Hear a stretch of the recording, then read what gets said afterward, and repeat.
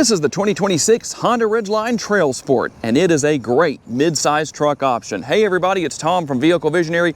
I hope you're having a great day. We're at Holmes Honda to go over this 26 version of the Ridgeline.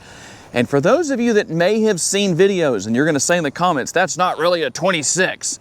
Well, there it is on the window sticker right there, 2026. Now, you might say, but I saw videos that showed a fully redesigned Ridgeline. Those were AI generated videos. For those that are saying the Ridgeline is going to be discontinued after the 26 model year, being that Honda has made a few upgrades, a few changes for 26, nothing major, that tells me that they have plans for a future version. Hopefully 2027. If they don't redesign the Ridgeline for 27, I do believe that would be a big mistake. However, there have been so many vehicles. Almost everything in the Honda lineup has been redesigned prior to the date that I'm making this video. The Civics, the Accords, a lot of vehicles. And you also have the forthcoming Prelude. So Honda's been very busy.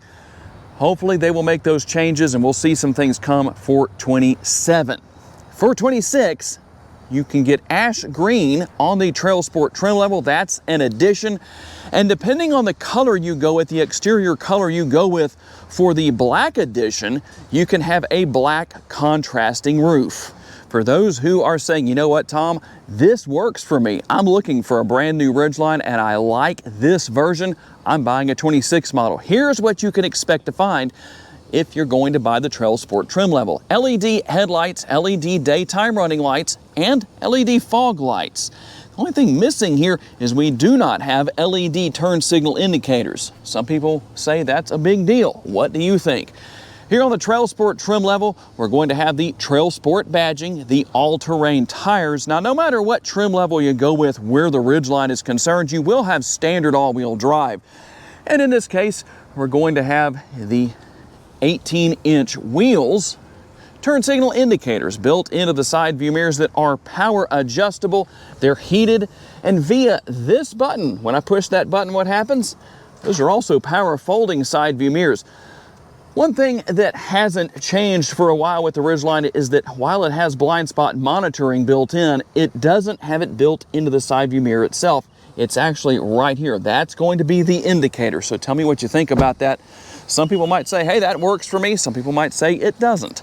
There is your remote, lock, unlock, remote start, and your panic button. There is a key located inside of the remote in case the remote battery dies and you need to get into your Ridgeline.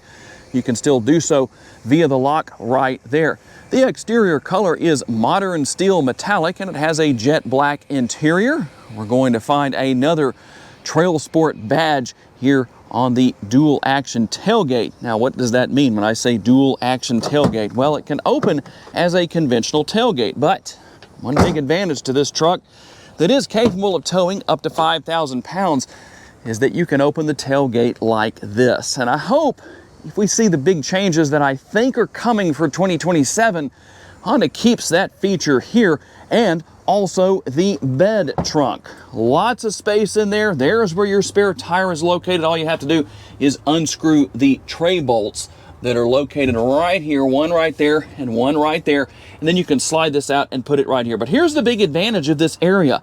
You can use it for storage. You can put ice in here, whatever you want with drinks to keep things nice and cold. And when the ice has melted down, there is your built-in drain plug. That is a standard feature here on the Ridgeline. And you can put partitions in. You can see the mounting points right there for the partitions if you want to do that. And we'll also find our in-bed lighting, a little bit hard to see right there. I do hope this becomes LED in the future because that's much better. It's nice and bright. You're gonna have the bed liner here that's gonna help things out and a little bit of space right here. Also several tie-down points. There's a little bit of space that you can use for additional storage. Depending on trim level will determine what your payload is. I gave you the towing numbers. In the case of the TrailSport trim level, we're looking at 1,521 pounds. Under the hood is the naturally aspirated V6. It makes 280 horsepower and 262 pounds-feet of torque. Is mated to a 9-speed automatic transmission. How about your MPGs? Well, these are estimated MPGs. We're looking at 18 city, 23 highway, 20 combined, and 5 gallons of gas per every 100 miles driven. To open your gas door, I'm just going to push the button right there. We go over here. You're going to have a 19.5 gallon gas tank. I can't guarantee that's going to stay the same in the future, because as Honda is redesigning vehicles that have a similar size gas tank or used to have a 19.5 gallon gas tank, it's going down to 18.5 gallons. Just as was the case with the MPGs, these numbers are also going to be potential of what you can achieve. You'll have to tell me what your numbers have been down in the comment section if you have a Ridgeline TrailSport. On a full tank of gas in the city, you might be able to achieve up to 351 miles on that single tank of gas. Out on the highway, that number jumps to 448 miles. Within the interior, we will find the all-season floor mats and orange ambient lighting. You will find the orange contrast stitching and the TrailSport logo stitched into the front headrest. I think that should be in every headrest. If it's going to be in the front, it should be in the rear too. We'll find plenty of space with the armrest and the built-in cup holders. Now, you don't have any built-in door bins right here, so something that we could maybe see change in the future. Seat pockets on the back of each seat, and you can raise the seat cushions up like this on both sides. I've only done one side in this case, but you can do that to help with potential storage. We'll have the power sliding rear window and your rear window defogger, and depending on where the seats are set, the front seats are set, there is actually a reasonable amount of room back here. We have the rear air conditioning vents and also our connectivity down here, as you can see. And I better not forget to show the built-in armrest, the fold-down armrest with the cup holders built in. Something that I like, you have the vertical cup holders that right there, as opposed to being parallel to one another in this area. That way this section is always available to be used as an armrest. And here is the sunroof. It is a conventional size sunroof. It will tilt and slide open. The sticker price is $48,490. Let's find out what else you get for that price. The passenger seat and driver's seat are both power adjustable. However, the passenger seat is missing lumbar support and you cannot raise and lower the height of the seat. There is the TrailSport logo I was telling you about that's stitched into the headrests. We have that orange contrast stitching here. We will also have the large armrest and upper and lower door bins here at the front doors. The TrailSport logo also on the front floor mats. We're going to have plenty of space within the glove box. And then as we look up to the upper console, we've got our controls for the sunroof to open and close that. You've got your map lights right there. You've also got the sunglass holder. That's going to be nice and convenient. And then seat memory on the driver's side, only on the driver's side. That should be on both sides in my opinion. And your controls for your side view mirrors are here. There's where you go into econ mode. Some of your other driving features, safety features as far as that goes. Which, by the way, as far as your safety features go, I don't think I mentioned this earlier in the video, adaptive cruise control, that's going to be right here. You're going to have collision mitigation braking, road departure mitigation, and lane keeping assist. As of this year, we don't have traffic jam assist, but maybe we will in 27. We'll just have to wait and see. And I think you know what else is here as far as the controls for your windows, your door locks. You can lock the windows right there if you want to. And your steering wheel mounted controls. Everything for managing your radio will be right here as far as volume and what you're listening to, voice commands, and we can go through quite a few of the different features here. And we can even make changes to the driver's display, the instrument cluster, gauge cluster, whichever you want to call that.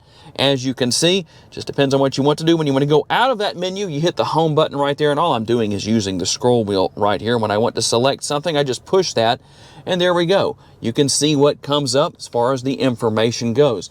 A nice looking instrument cluster, driver's display, and let's go down here real fast. Here is your drive mode selector for some of the other driving modes beyond Econ.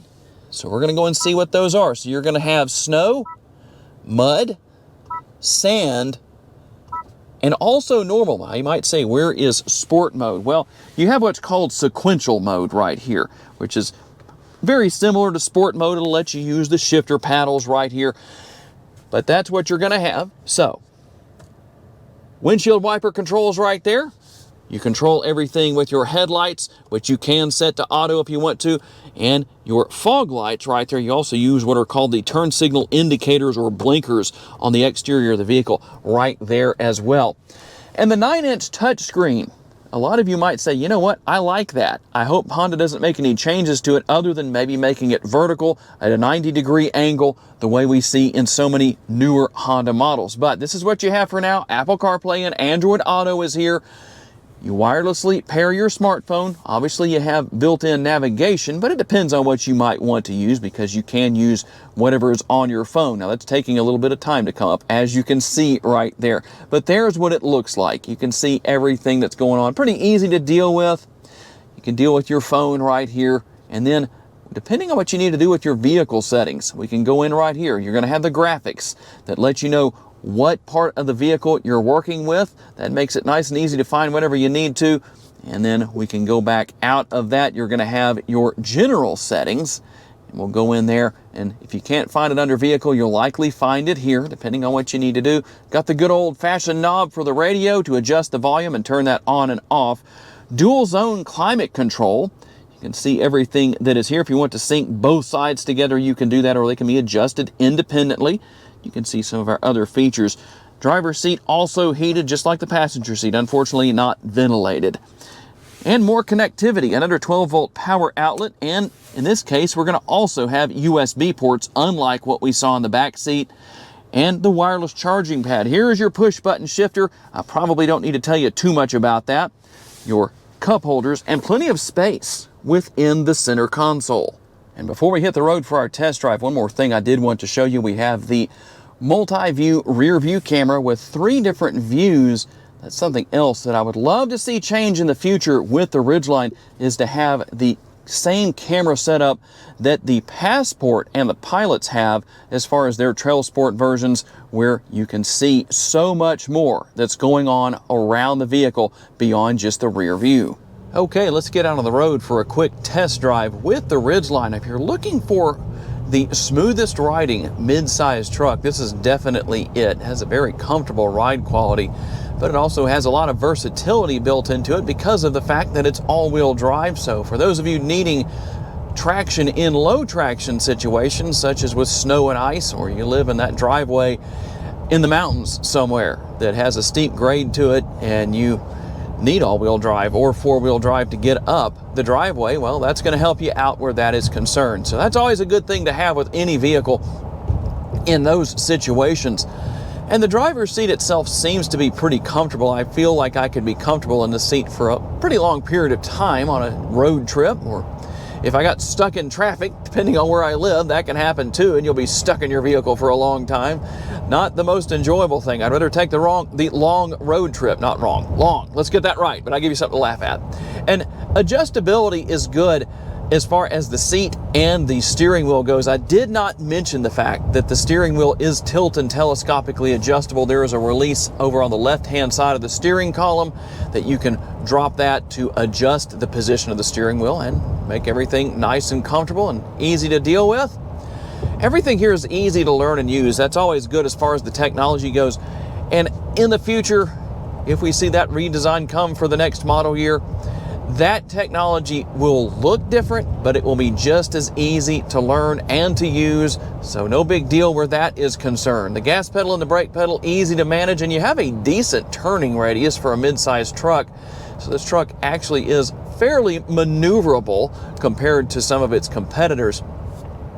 I am curious to know, as always, if the redesign comes. And the reason I keep saying if, Honda has said absolutely nothing about that. And until an official press release comes out from Honda, if you go to your favorite search engine and search Honda Newsroom, you can go and find out on that website if there is an official press release that has been released by Honda on any given Honda vehicle, or Acura for that matter.